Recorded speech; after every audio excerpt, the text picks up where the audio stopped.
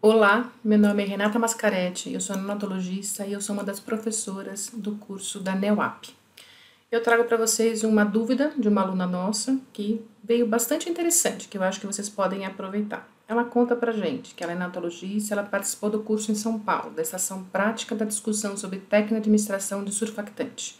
E atualmente no neonatal onde ela trabalha, ela está acompanhando bebês de 1.100 e 1.200 gramas que realizaram a técnica minimamente invasiva e permaneceram muito bem no CPAP. A dúvida dela é sobre o aumento dos parâmetros durante a administração. Ela pergunta o seguinte: quando realizamos a técnica em CPAP convencional, que é aquele CPAP que está em ventilação, se há necessidade de aumentar a FiO2 durante o procedimento. E ela complementa a dúvida dela se a criança estiver em CPAP de bolhas, faz alguma diferença em relação a FiO2, se há necessidade de aumento também dos parâmetros. Bom, eu preparei isso na forma de um quiz para a gente discutir um pouquinho sobre o surfactante minimamente invasivo. Então, um bebê prematuro com idade final de 27 semanas e 6 sétimos, com peso de nascimento de 1.200 gramas, que foi mantido em CPAP desde o momento do nascimento, um CPAP precoce na sala de reanimação, a seguir no transporte e depois na UTI neonatal. Os parâmetros que foram colocados, uma FiO2 de 0,50 com um PEP de 6 e o raio-x de tórax, que permitiu a realização, foi bem rápido, ele mostrou uma SDR e aí foi optado então por realizar o surfactante pela técnica minimamente invasiva, então mantendo essa criança no CPAP, isso foi feito com 2 horas de vida. Durante o procedimento, essa criança manteve durante todo o tempo uma saturação entre 90% e 95%. A seguir, deu para diminuir bastante a FiO2 dessa criança, ela foi até uma FiO2 de 0,30% e ela foi mantida com um PEP de 6. Eu pergunto, durante a administração do surfactante pela técnica minimamente invasiva, devemos 1. Antes de iniciar, aumentar a FiO2 no CPAP convencional. 2. Independente do tipo de CPAP, devemos aumentar a FiO2 para manter a saturação acima de 95%. 3. Devemos titular a FiO2 de acordo com a saturação alvo adequada. 4. Sempre aumentar a FiO2 no CPAP de bolhas.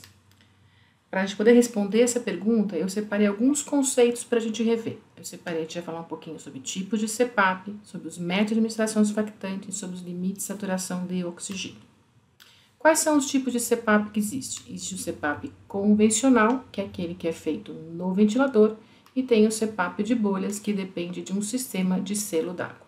Quais são as características desse tipo de CPAP? No CPAP convencional, o fluxo e a pressão expiratória positiva final, o PEP, ele é definido e escolhido pelo ventilador mecânico. O fluxo ele pode ser tanto contínuo como variável, dependendo do equipamento. Aqui a gente tem um exemplo de um equipamento que tem fluxo variável. O que isso significa? O variável significa se eu tenho um fluxo e há uma abertura do sistema, há uma escape desse fluxo, o ventilador consegue identificar e manda um fluxo ao paralelo, alternativo, um bias flow, na tentativa de compensar esse escape de ar. E a FiO2? A FiO2 é determinada pelo equipamento igualzinho na ventilação mecânica invasiva. E no CPAP de bolhas? No CPAP de bolhas, a gente determina qual é o fluxo que eu quero e a PEP é determinada por esse sistema de bolha. E o nível da pressão, se é um PEP de 6, se é um PEP de 5, é determinado pela coluna, pelo ramo expiratório, se está mais ou menos introduzido dentro de um recipiente de água. E a FiO2 é determinada pela mistura de gás. Renata, não entendi. Como assim? Determinado o fluxo e o PEP gerado pelo sistema de bolhas. A gente vai ver um pouquinho melhor. Isso significa, se eu tenho um CPAP que é feito convencional no ventilador, na hora que eu ponho um PEP de 5, vai ser sempre um PEP de 5. No sistema de bolhas, não é isso. Se eu coloco lá, eu determino a minha coluna de água no valor de 5, eu vou ter uma oscilação desse valor com a formação do que a gente chama de um ruído. Então, eu vou ter um valor, dependendo deste fluxo, maior ou menor, eu vou ter valores oscilando entre 5, 7, 10, 9, volta, e vai de novo para 2, sobe para 3, vai para 5, vai para 11. Então, a oscilação deste valor dentro de uma linha de base permite diferentes pressões de abertura de alvéolo. Nem todo alvéolo abre com 5. Eu tenho um alvéolo que vai precisar uma pressão de abertura de 7, outro vai precisar de 9, outro vai precisar de 11. Então, com essa oscilação, eu permito uma abertura de um número maior de alvéolos, um recrutamento maior. Além disso, principalmente dentro de um sistema de baixa complacência, como é o pulmão do prematuro com SDR, permite que existe uma propagação dessa onda, desse ruído no pulmão, levando um aumento progressivo e desencadeando, então, um aumento da capacidade residual funcional. É assim que o CPAP de bolhas, ele funciona, tá? Vamos agora passar por um pouquinho falar sobre métodos de administração surfactantes. São métodos invasivos, que são métodos que dependem da intubação, dependem da laringoscopia e da intubação com cânula, tá? Então, o método consagrado, que é a instilação traqueal, que é o que vem descrito em bula, que é o que a gente já faz há muitos e muito tempo.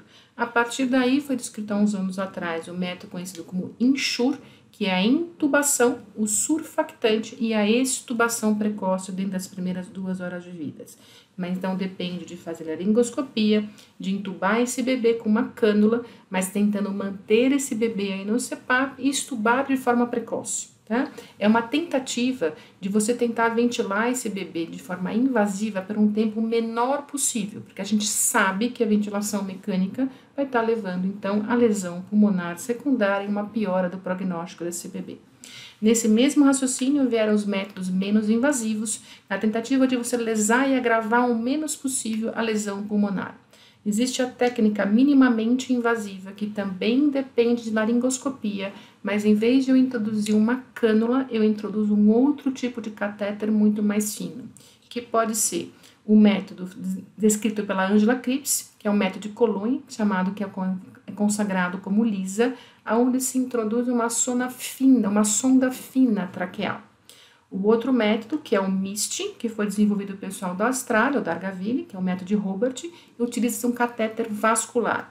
Vejam que sonda e catéter são materiais adaptados para poder realizar a técnica minimamente invasiva. Hoje em dia já existem materiais específicos, um deles é o LISACAT, tá, que foi desenvolvido, mas a gente não tem ainda disponível de forma comercial no Brasil.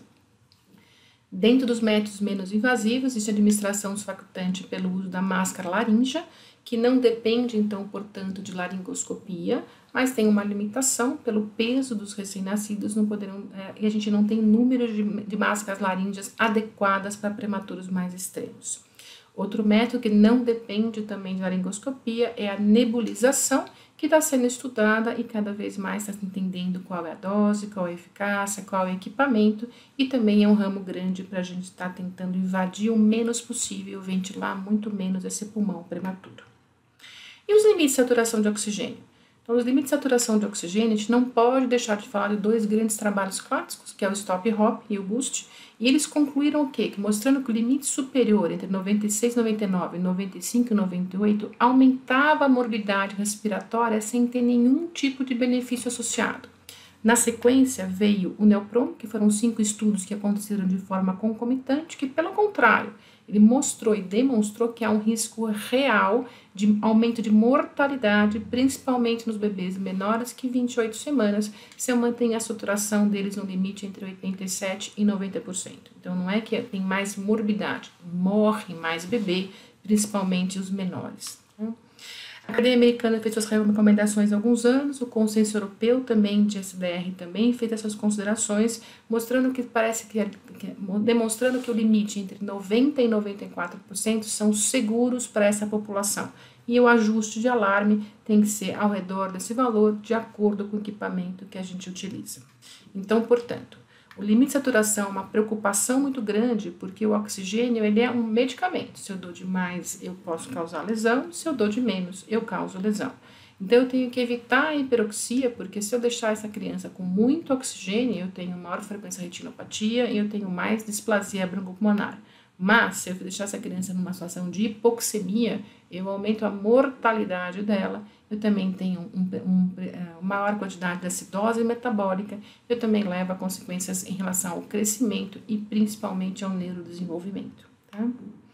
Então, agora eu pergunto, a gente reviu já o tipo de CPAP, a técnica de surfactante, a gente falou um pouquinho sobre o limite de saturação. Vamos rever o que a gente tem que fazer com esse bebê? Então, qual é a conduta a ser tomada durante a administração em relação aos parâmetros? 1. Antes de iniciar, eu devo aumentar a FiO2 no CPAP de ventilador. Não tenho por que aumentar a FiO2 e não tem nada a ver com o tipo do ventilador também. Lembra, quem determina é o próprio equipamento que a gente escolhe com a FiO2, certo? Então, isso não é uma resposta que é adequada. 2. Independente do CPAP convencional ou de bolhas, eu tenho que aumentar a FiO2 para manter a saturação acima de 95%. Puxa, você não acabou de falar que os limites acima de 95% eles não são seguros? Eles aumentam a morbidade respiratória e não trazem nenhuma vantagem? Sim, nenhuma vantagem. 4. Eu devo sempre aumentar a FiO2 no CPAP de bolhas. Não tem nada a ver uma coisa com a outra. O tipo de CPAP com a FiO2 não tem nada a ver uma coisa com a outra, tá? Não depende disso. O que depende a FiO2? Eu preciso titular a FiO2 para manter essa criança dentro da saturação alvo adequada. Então, entre o seu 90, 94 ou 95. Então, se a criança apresenta durante a administração um momento de hipoxemia, eu devo aumentar a FiO2 para poder manter nesse alvo. Se nesse momento da administração começar a subir rapidamente a FiO2, eu tenho que diminuir a quantidade de oxigênio para manter dentro desses parâmetros.